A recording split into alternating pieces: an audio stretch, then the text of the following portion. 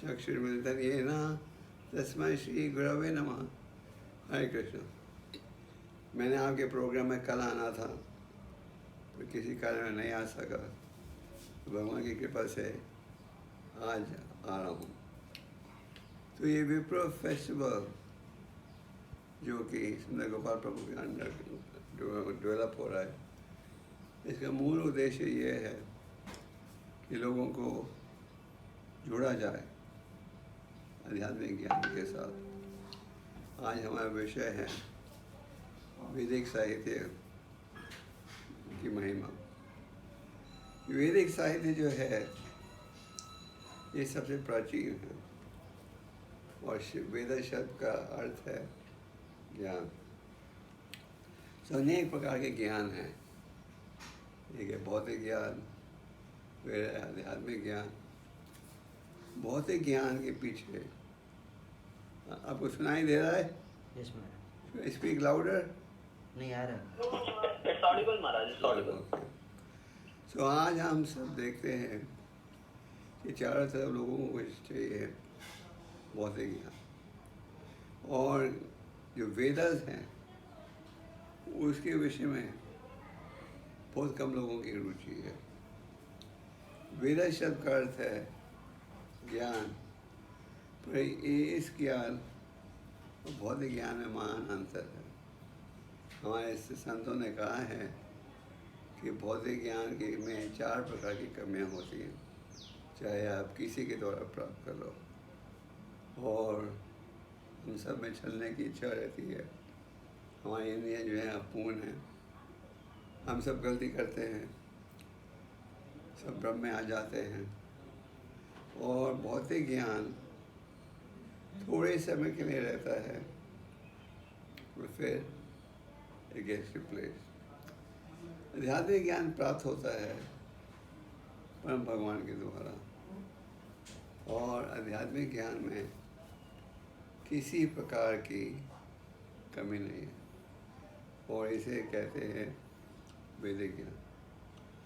वेद शब्द का अर्थ है ज्ञान, वो ज्ञान जो कि परम भगवान द्वारा प्राप्त हो रहा है। और भगवान प्रकट हुए थे व्यासदेव जी के रूप में, और उन्होंने हमें ये वैदिक ज्ञान दिया। अफसोस की बात यह है कि हमारे हिंदुस्तान में वैदिक ज्ञान के विषय में बहुत कम लोगों के पास ज्ञान है।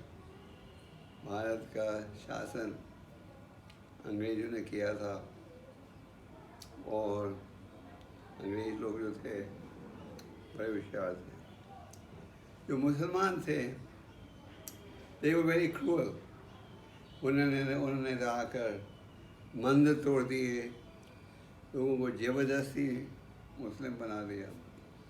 पर जब अंग्रेज आए, English people were more diplomatic, वो ज़्यादा राजनीतिक तरीके से काम करते थे।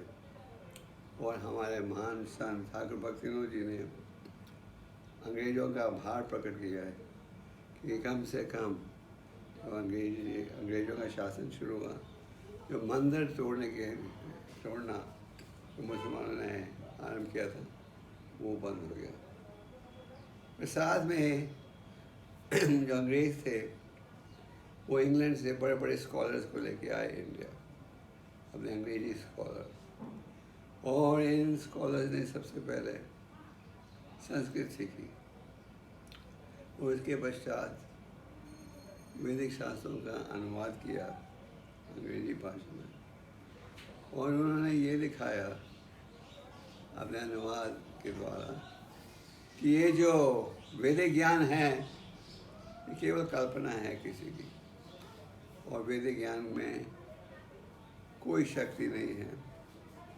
एक बड़े प्रसिद्ध इंग्लिश लेखक ने कहा The entire Vedic history, Vedic knowledge is nothing, not even comparable to one famous book from my country। तो उन्होंने ये दिखाया कि वैदिक साहित्य जो है इसका आज के आधुनिक स्थान में, आधुनिक वातावरण में कोई स्थान नहीं। और वैदिक शास्त्र जो है, दिस इज माइथोलॉजी। आपने ये माइथोलॉजी शब्द सुना होगा।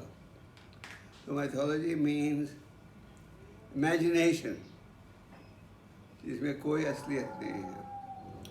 तो वो कहने लगे ये सब तो कल्पना है भाई, तुम लोग कल्पना में विश्वास करते हो। इस प्रकार हिंदुओं की श्रद्धा और भाव कम हो गया, और हमारे हिंदू लोग भी कहने लगे अरे ऑक्सफोर्ड यूनिवर्सिटी का PhD ये कह रहा है, तो उसे तो हमारे से ज़्यादा पता है। तो इस प्रकार लोगों की श्रद्धा तेजी के साथ वैदिक साहित्य में कम होते गए। वैसे तो वैदिक शास्त्र इतने ब्रॉड हैं, विशाल हैं, कि आप अगर रोज़ पढ़ोगे तो भी जिंदगी की समाप्ति तक थोड़ा ही पढ़ पाओगे। वैदिक शास्त्र सो डिटेल। भक्तिवेदांत स्वामी प्रभुपाद ने वैदिक धर्म का प्रचार किया सारे शास्त्रों में, सारे विश्व में, और उन्होंने साथ में ग्रंथों का भी अनुवाद किया। वैसे वैदिक साहित्य को अगर आप पढ़ने जाओगे, जैसे मैंने कहा, तो पूरी ज़िंदगी बीत जाएगी। पर वैदिक शास्त्रों के जो सार हैं, ये हम प्राप्त कर सकते हैं भगवद गीता में। श्री व्यासदेव जी ने वैदिक शास्त्रों की रचना की, एक वेद को 4 वेदों में बांटा, और जब भी व्यासदेव जी को पूरी संतुष्टता अनुभव नहीं हुई, उन्हें लगा कि मेरे कार्य में थोड़ी कमी रह गई है, और वो विचार कर रहे थे सरस्वती नदी की तट पर बैठकर। मैंने महाभारत की रचना की, विष्णु की रचना की, क्या कमी रह गई है मेरे कार्य में। तो उसी समय वहाँ पहुँचे नारद मुनि, और नारद मुनि ने कहा तूने वैदिक शास्त्रों की रचना तो की है, पर शुद्ध भक्ति पर बल नहीं दिया। इसके पश्चात उन्होंने हमें श्रीमद् भागवत का ग्रंथ दिया। तो भक्तिवेदांत स्वामी ने अनेक प्रसिद्ध ग्रंथों का अनुवाद किया। उन्होंने अनुवाद किया अंग्रेजी हिंदी से, उन्होंने अनुवाद किया संस्कृत से अंग्रेजी भाषा में। सबसे पहले उन्होंने श्रीमद् भागवतम का अनुवाद किया, और भागवतम द्वारा आपको शुद्ध भक्ति का संदेश मिलता है। आगे जाकर इन ग्रंथों का अनुवाद अनेक भाषाओं में हुआ। तो आज आप भगवद गीता को प्राप्त कर सकते हो विश्व के लगभग 90 भाषाओं में। भगवद गीता में पूरे वेदों का सार, और श्रीमद् भागवतम को आप प्राप्त कर सकते हो लगभग कम से कम 30 भाषाओं में। और आज सारे विश्व में लोग इन ग्रंथों को पढ़ रहे हैं। क्यों? क्योंकि इन ग्रंथों में है दिव्य ज्ञान या असली ज्ञान। इनके द्वारा आप हर प्रश्न का उत्तर प्राप्त कर सकते हो, हर समस्या का हल प्राप्त कर सकते हो। तो हमें ये नहीं सोचना चाहिए दिस वैदिक knowledge is outdated, it is not relevant today. जो वैदिक साहित्य है ये तो सनातन साहित्य है। कल सत्य था, आज है, कल भी रहेगा। और हमें ये नहीं भूलना चाहिए कि वैदिक शास्त्र में कोई कमी नहीं। It is applicable for entire human society. भगवान गीता में कहते हैं अहम बीजा पिता पिता, मैं हूँ सब योनियों का पिता। आज अब विश्व के किसी कोने में चले जाओ, आपको गीता यथारूप प्राप्त होगी। प्रभुपाद जी ने इन ग्रंथों का अनुवाद बड़ी सरल अंग्रेजी भाषा में किया और इनका अनुवाद आगे अनेक भाषा में हुआ है। और भक्तिवेदांत स्वामी ने ये दिखाया है, स्थापित किया है कि वैदिक ज्ञान जो है पूरे मानव समाज के लिए। कोई ये नहीं कह सकता और this is not for us, चाहे आप मुसलमान हो, हिंदू हो, क्रिश्चियन हो, Vedic knowledge is applicable to everyone. तो वैदिक शास्त्रों का निचोड़ क्या है? सबसे पहले वैदिक साहित्य द्वारा हमें ये समझ आती है कि मनुष्य जीवन बड़ा दुर्लभ है। आप बताइए, विश्व में अनेक महाविद्यालय हैं, पाठशाला महाविद्यालय हैं, तो कोई ऐसा महाविद्यालय है जहाँ की ये शिक्षा मिलती है कि मनुष्य का क्या लक्ष्य होना चाहिए और आत्मा और देह में क्या अंतर है? ये ज्ञान आपको बहुत कम स्थानों में प्राप्त होगा। इसका और एक रूप से एजुकेशनल इंस्टीट्यूशन है। हम केवल मंदिर में जाकर ठाकुर जी की पूजा नहीं करते, घंटी नहीं बजाते, पर साथ में we are learning very deep philosophy. अब हो कौन, कहाँ से आ रहे हो, कहाँ जा रहे हो? प्रभुपाद जी एक समय अमेरिका के एक बड़े प्रसिद्ध महाविद्यालय MIT में लेक्चर दे रहे थे। तो प्रभुपाद जी ने पूछा उस सभा से, is there any department in this great university of America that tells you what happens after death? इस प्रसिद्ध महाविद्यालय में ऐसा कोई अंग है, ये शिक्षा मिलती है कि मृत्यु के बाद व्यक्ति कहाँ जाता है? और कोई व्यक्ति उत्तर नहीं दे पाया। कुछ साल पहले मैं स्टैनफोर्ड यूनिवर्सिटी में था, वहाँ 2300 अंग हैं महाविद्यालय में, पर एक अंग नहीं जहाँ ये शिक्षा मिलती है कि मृत्यु के बाद व्यक्ति कहाँ जाता है। तो ये ज्ञान वैदिक साहित्य में प्राप्त होता है। Who am I? अब हो कौन? आप किसी विदेश में जब जाते हो, वहाँ आपसे पूछा जाता है पासपोर्ट, पहचान के कागज दो, पर आप बौद्धिक शिक्षा प्राप्त करते हो, हाँ ये नहीं सिखाते अब हो कौन। वैदिक शास्त्रों के अनुसार और भगवद गीता के दूसरे अध्याय में इसका ज्ञान प्राप्त करते हो। आत्मा है, आत्मा को दे रखना। जिस प्रकार हम पुराने वस्त्रों को त्याग कर नए वस्त्र पहनते हैं, उसी प्रकार ये आत्मा एक देह को त्याग कर अगला देह स्वीकार करती है। और किस प्रकार का देह प्राप्त होगा, वो निर्णय होगा हमारे कर्मों के द्वारा। तो वैदिक साहित्य हमें असली ज्ञान देता है। हम ये नहीं कहते कि भौतिक ज्ञान को अनुकूल नहीं करो, भौतिक ज्ञान की भी आवश्यकता है, तो भौतिक ज्ञान आध्यात्मिक ज्ञान के बिना अधूरा है। 1 0 रखो, 2 0 रखो, 3 0 रखो और 100 0 लिख दो, इसकी कुछ वैल्यू है नहीं।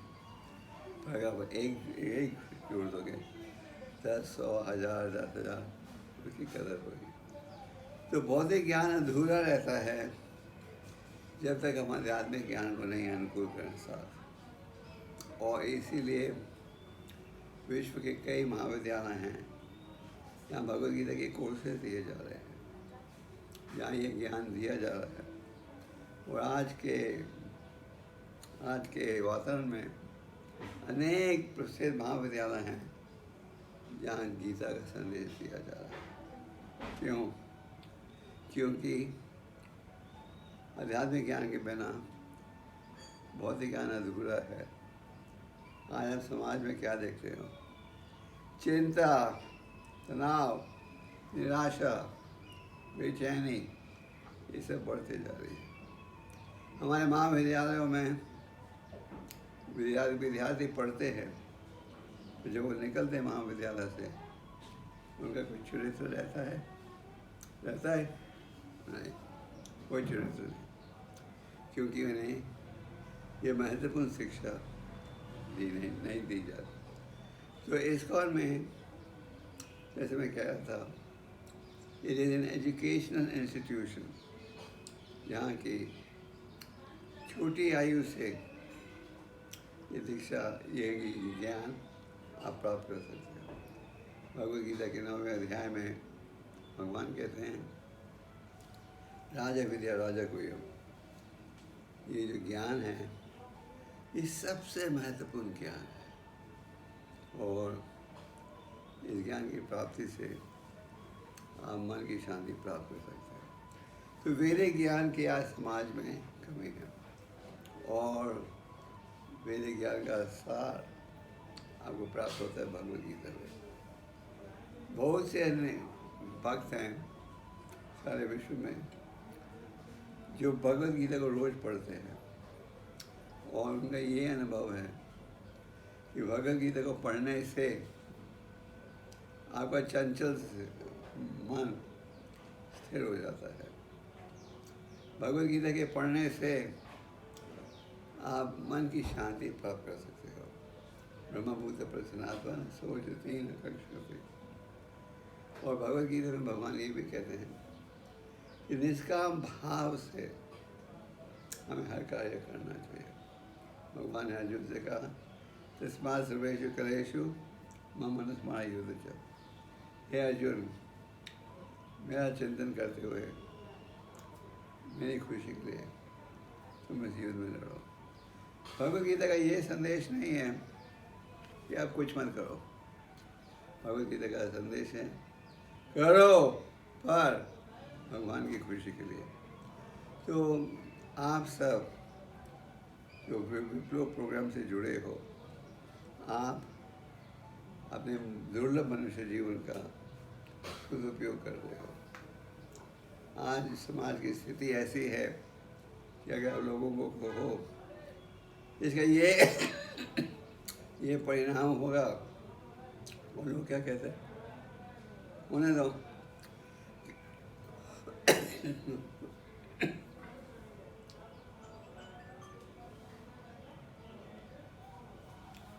कई बार लोगों को जब हम कहते हैं ये जो पशु खा रहे हो इसका भी परिणाम होगा, तुम भी पशु बन जाओगे। लोग इतने नशे में हैं, कहते हैं बन जाएंगे पशु। तो अगर आप उस लेवल तक गिरने को तैयार हो तो आप कुछ भी कर सकते हो। पर वेदों के अनुसार ये दुर्लभ मनुष्य जीवन का हमें सदुपयोग करना चाहिए। ये नहीं कि हर जीवन मनुष्य देह में प्राप्त होगा, नहीं। आज लोग जहर पी रहे हैं। एक प्रसिद्ध भक्त ने कहा है, मनुष्य जन्म पाया राधा कृष्ण नाई बाजिया, जाने सुनिए पीछा खाई न। मनुष्य जीवन तो मुझे प्राप्त हो गया है, तो मैंने राधा कृष्ण की भक्ति नहीं की, तो मैं जानबूझकर जहर पी रहा हूँ। तो आज लोग जहर पी रहे हैं, पर जो भक्त हैं वो कोशिश करते हैं उन्हें अमृत देने के लिए। जैसे आप सब जो जुड़े हो इस विप्लव प्रोग्राम के साथ, मुझे ये कहा गया था कि लगभग 1000 भक्त इस प्रोग्राम में जुड़े हुए हैं। इस प्रकार के प्रोग्राम इस्कॉन के भक्तों के द्वारा सारे विश्व में किया जाता है। और आज सारे विश्व में लाखों भक्त हैं आप जैसे, जो पढ़ाई करते हैं, नौकरी करते हैं, घर में रहते हैं, पर साथ में वैदिक साहित्य के निर्णय का भी लाभ उठाते हैं। दूसरे शब्दों में भगवान का नाम लेते हैं, बकायदा ग्रंथों को पढ़ते हैं, वैसे भी व्यक्ति हैं। और आप पूछते होंगे क्या कारण है कि इस्कॉन के वक्त हमेशा ऐसा प्रोग्राम करते हैं? उद्देश्य एक ही है, आपको असली सुख देना। भगवान चाहते हैं कि हम सब असली खुशी प्राप्त करें। प्रहलाद महाराज जी ने कहा है, न तो विदुम स्वरता कहते में विष्णु। आज लोग ये नहीं जानते कि असली सुख कैसे प्राप्त हो सकता है।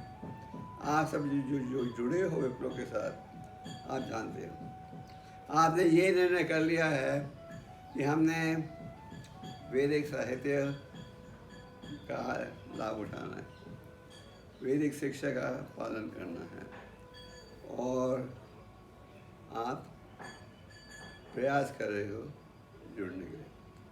भगवद गीता के 18वें अध्याय में भगवान 3 प्रकार की खुशियों का वर्णन करते हैं। सबसे पहले कहते हैं सात्विक सुख क्या है। सात्विक सुख शुरू में कड़वा होता है, तो बाद में मीठा बन जाता है और आत्मा साक्षात्कार का ज्ञान प्राप्त होता है। और ये सुख जो है शुरू में कड़वा, बाद में मीठा बन जाता है।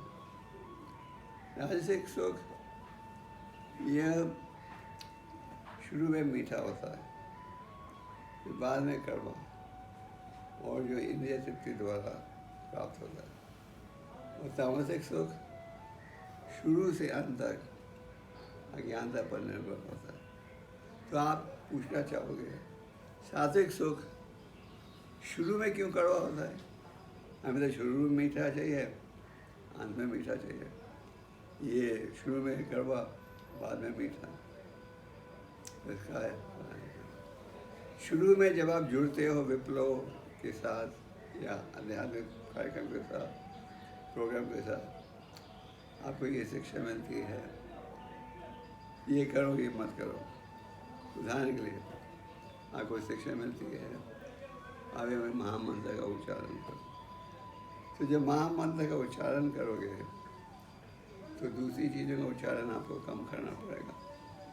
आपको समय निकालना पड़ेगा एक कार्य को छोड़कर अगले कार्य के लिए समय निकालना। तो शुरू में वो कड़वा होता है।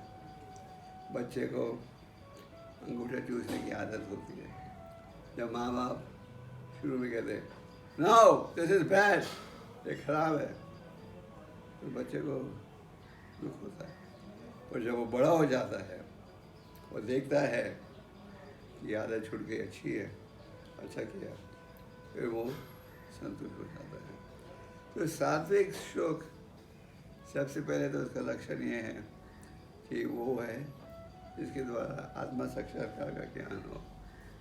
शुरू में वो कड़वा दिखता है, पर अगर आप पालन करोगे तो यही बाद में मीठा बन जाता है। आपको कोई पीड़ा है, ऑपरेशन कराने जाते हो, शुरू में ऑपरेशन कड़वा दिखता है, इंजेक्शन देते हैं वगैरह, पर बाद में जब आप ठीक हो जाते हो तो क्या कहते हो, अच्छा किया मैंने ऑपरेशन करा लिया। तो सात्विक सुख शुरू में कड़वा होगा, बाद में मीठा बन जाएगा।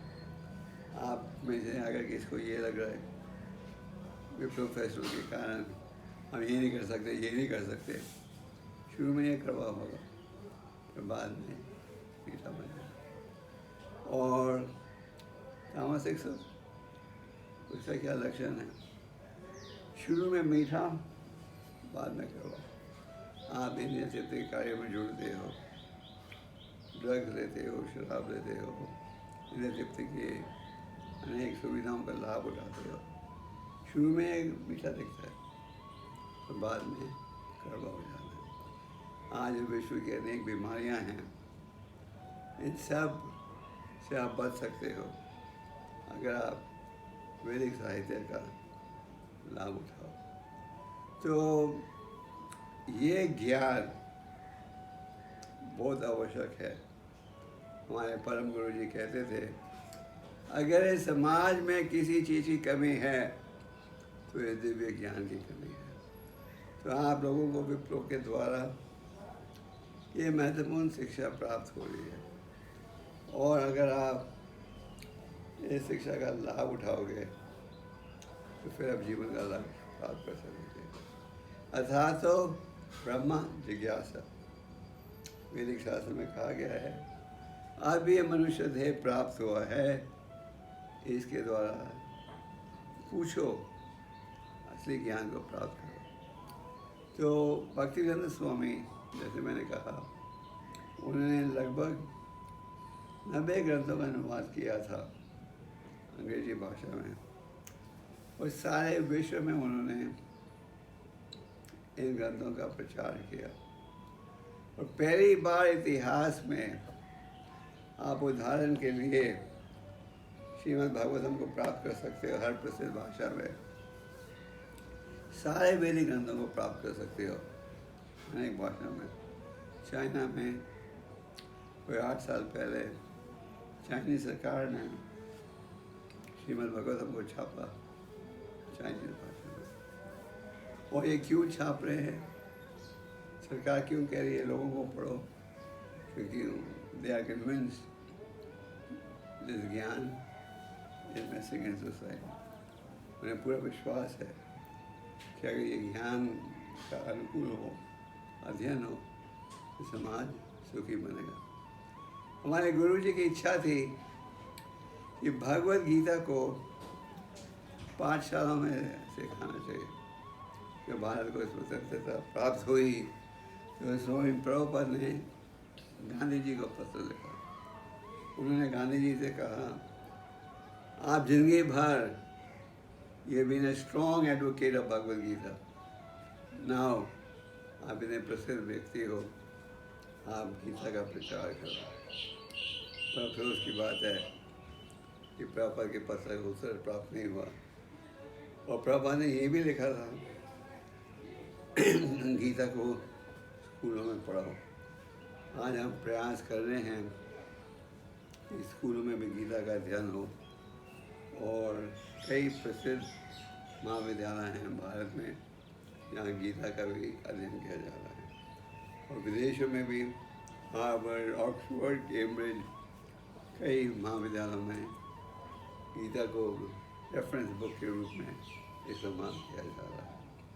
तो आप सब जो जुड़े हो विप्लव के साथ, एक निर्णय तो लीजिए, हमें गीता को पढ़ना भी है।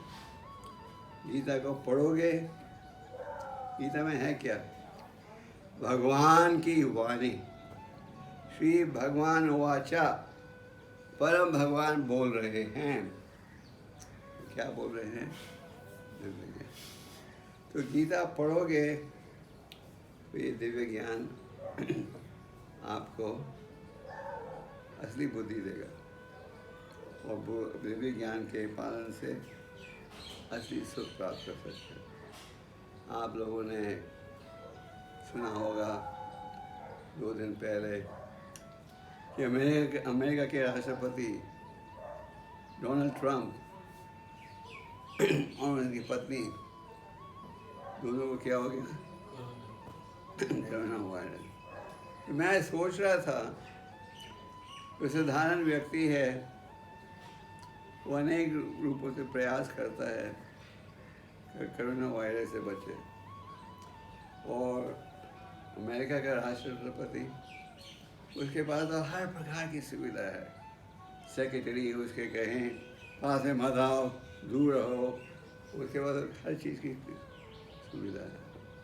पर ये सब सुविधाओं के कारण भी उन्हें ये वायरस ने इफेक्ट कर दिया। तो इससे आप ये देख सकते हो, दुखायाम अशाश्वतम, भौतिक समाज संसार में कष्ट ही कष्ट है। इस समय पूरे भारत में, पूरे विश्व में लोग चिंता में हैं, ये वायरस का हल कैसे किया जाए।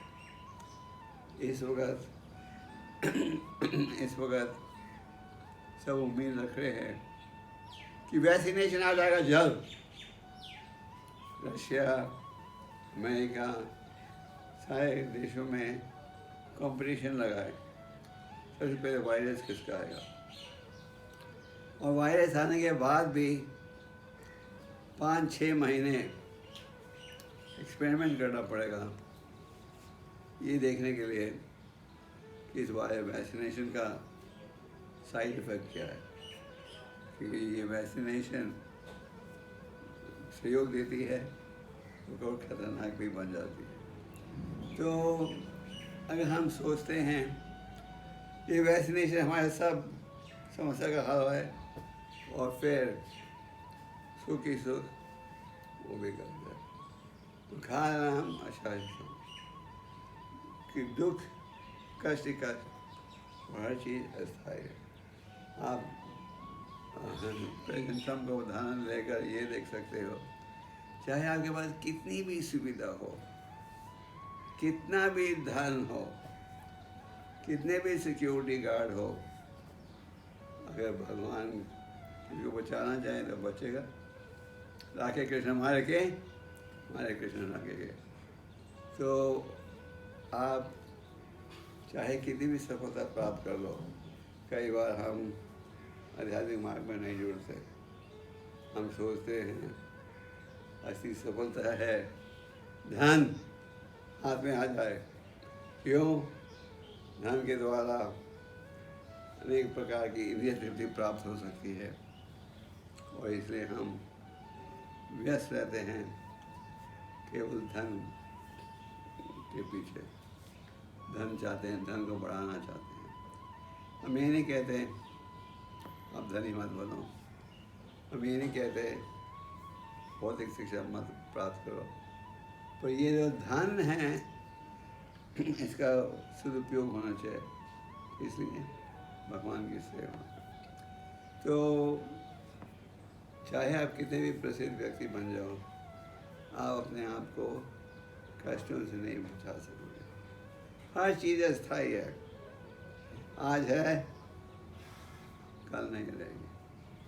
तो जो बुद्धिमान व्यक्ति है वो देखता है समाज में चारों तरफ क्लेश ही है, कष्ट। अमेरिका जैसे देश में जहाँ टेक्नोलॉजी इज़ वेरी एडवांस्ड, जहाँ की एक रूप से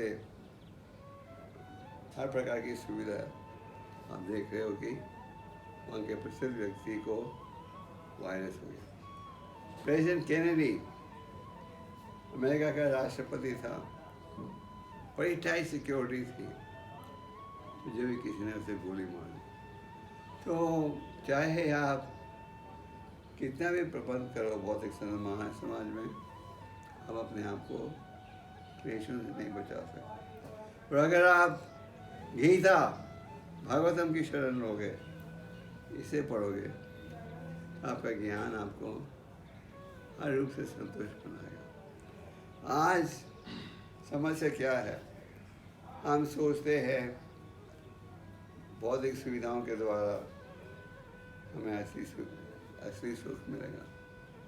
यह है अज्ञानता का प्रभाव। अक्सर हम अज्ञानता में जन्म लेते हैं, अज्ञानता में पलते हैं और अज्ञानता में शरीर को त्यागते हैं।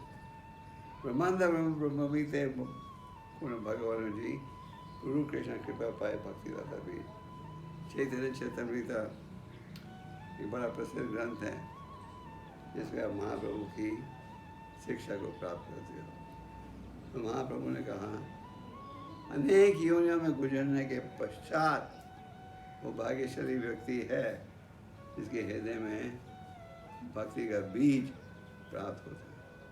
भक्ति का बीज का अर्थ है ये ज्ञान कि भक्ति के द्वारा ही असली सुख शांति प्राप्त हो सकती है। ये ज्ञान तो प्राप्त हो गया, तो इस ज्ञान को हमें प्रैक्टिस करना है। बीज बो दोगे और पानी नहीं पिलाओगे तो बीज उगेगा नहीं। तो भक्ति के ज्ञान का लाभ प्राप्त होगा, उठा सकते हैं हम ये महामंत्र का उच्चारण करके। इसलिए आपके हर विप्लव प्रोग्राम में आप लोग कीर्तन करते हो, ड्रामा करते हो, अपनी कला का उपयोग करते हो भगवान की सेवा में। और भक्तों की क्या इच्छा रहती है कि पूरा विश्व सुखी बने, तो वो जानते हैं कि असली सुख भौतिक सुविधा द्वारा प्राप्त नहीं होगा। इसलिए हमारे भक्त सदा प्रयास करते हैं। तो ये विप्लव फेस्टिवल का उद्देश्य है आपको सुखी बनाना। मैं तो सुंदर गोपाल को कह रहा था कि साल में 2 विप्लव फेस्टिवल होने चाहिए, कि आप लोगों को ज़्यादा मौका मिले साधु संघ का, तो ज़्यादा लोग जुड़ें इस ज्ञान के साथ। एक समय था जब भक्तिनंद स्वामी बिल्कुल अकेले थे, वृंदावन धाम में रहते थे, दिल्ली आते थे किताबों को छापने के लिए। पर उनके गुरु महाराज ने कहा था 1921 में, तुम पढ़े लिखे युवक हो, ले जाओ चैतन्य महाप्रभु के संदेश को पश्चिम देशों में।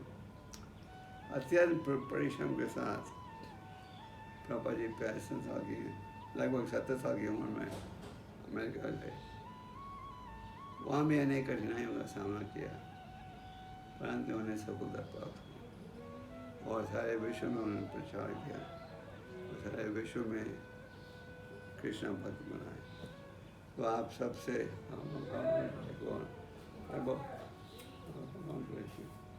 Time is already we have crossed. You decide. तो आप सब, जैसे मैं कह चुका हूँ, आर वेरी फॉर्चुनेट। आप सब अत्यंत भाग्यशाली हो। भवनाम जन्माना मनते, अनेक ही जन्मों के बाद वो बुद्धिमान व्यक्ति है जिसे ये ज्ञान प्राप्त होता है क्या कि परम भगवान ही हर चीज़ के कारण है। भगवान की शरण लोगे और ही सुख प्राप्त करोगे। तो आपके वहाँ भारी हैं कि विप्लव फेस्टिवल के द्वारा आप सबको मिलकर प्रचार बढ़ाना चाहिए और हमें हमारे मन में ये चिंता रहनी चाहिए कि हम सबको सुखी देखना चाहते हैं। अब ये जानते हैं कि आप असली सुख अगर चाहिए तो एक ही उपाय है भगवान की शरणगत होना। और इस कलयुग में अनेक कष्टों से छुटकारा प्राप्त कर सकते हो या है नाम के द्वारा। शास्त्र में कहा गया है, कृतय अध्याय तो विष्णु, सतयुग में भगवत प्राप्ति का साधन था भगवान का चिंतन करना। फिर आया त्रेता युग। उस त्रेता युग में भगवत प्राप्ति का साधन था बड़े बड़े यज्ञ, जिसमें शुद्ध ब्राह्मणों की आवश्यकता थी। उन दिनों में मंत्रों अग्नि जलाते थे मंत्रों के उच्चारण से। द्वापर युग में भगवत प्राप्ति का साधन क्या था? भगवान के चरण मंदिरों में महंगी भेंट अर्पण करना। वही लाभ इस कलियुग में प्राप्त हो सकता है किस साधन से? हरे कृष्ण महामंत्र के उच्चारण से। तो ये हरे कृष्ण महामंत्र प्रमाणिक है, शास्त्र में इसका वर्णन है। शास्त्र का अर्थ है भगवान की वाणी। तो जैसे हम कह चुके हैं, भगवान की वाणी में कोई कमी नहीं है, कोई दोष नहीं है। तो आप सबसे निवेदन है, चैंट हरे कृष्णा और गीता पढ़ो, भागवतम पढ़ो, और इस प्रकार आप अपने जीवन को सफल बनाओगे। तो thank you very much for coming and thank you very much for inviting me. I thank all of you.